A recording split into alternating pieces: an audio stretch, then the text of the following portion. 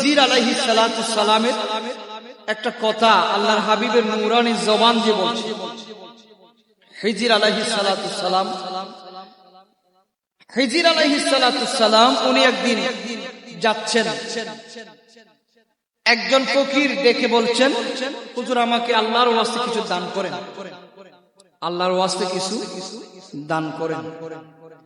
হিজির আলাইহিস সালাতু সালাম উনি চিনেন নাই, এমনি একজন হুজুর দেখেছেন, হাত পেতেছেন, হুজুর আমাকে আল্লাহর ওয়াস্তে কিছু দান করেন। হযরত হিজির আলাইহিস সালাতু সালাম বলেন, আমার কাছে তো কিছুই নাই আপনাকে দান করার মতো, কি দান করব আপনার, আমার কাছে কিছুই নাই, জানি না আল্লাহর ওয়াস্তে দাও। কেউ যদি আপনার কাছে হাত পাতে সামর্থ্য অনুযায়ী দিবেন, কেন?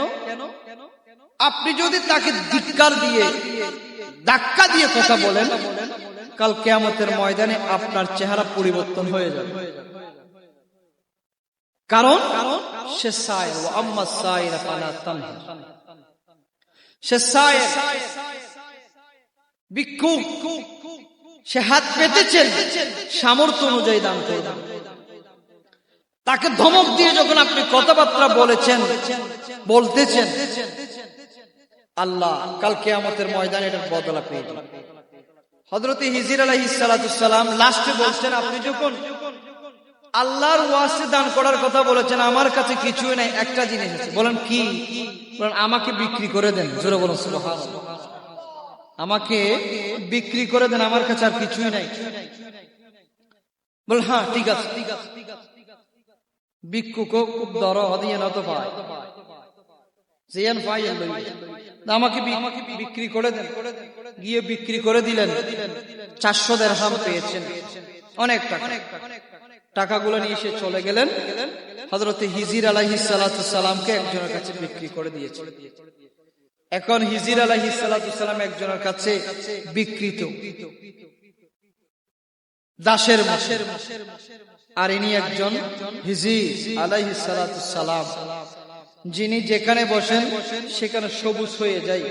কোন সাদা জিনিসের উপর যদি উনি দাঁড়ান, এটা সবুজ হয়ে যায়, জন্য হিজির। জোরে বলো সুবহানাল্লাহ। মা বোনেরা ওয়াসিজিরে হয়, ওয়াসিজিরে ফাতিহা বাদমা সব দিয়ে। হিজির আলাইহিস সালাতু সালাম যার কাছে গিয়েছে, উনি বলছেন, উনি কাজ দেন না, বলল আমাকে কিছু কাজ দেন। দেখতে হুজুরের মতন, বয়স, চেহারাও সুন্দর, কি কাজ দেব? চেহারা দিয়ে নূরানি ভাব চলে আসছেন। আমি তো ওনাকে কাজে লাগানো, এটা তো আমার বেয়াদবি। জোরে বলুন সুবহানাল্লাহ। ওই যে কিছুক্ষণ আগে বললাম, চেহারা দিয়ে নূর বের হয়, যাকে দেখলে মনে রাখবেন ওনার ভিতরে আল্লাহ রাসূলের প্রেম আছে, মহব্বত আছে। যার চেহারা থেকে নূরানিয়ত চলে যায়, চেহারা বিকৃত হয়ে যায়, মনে রাখবেন তার ভিতরে নাপাকিয়ত আছে।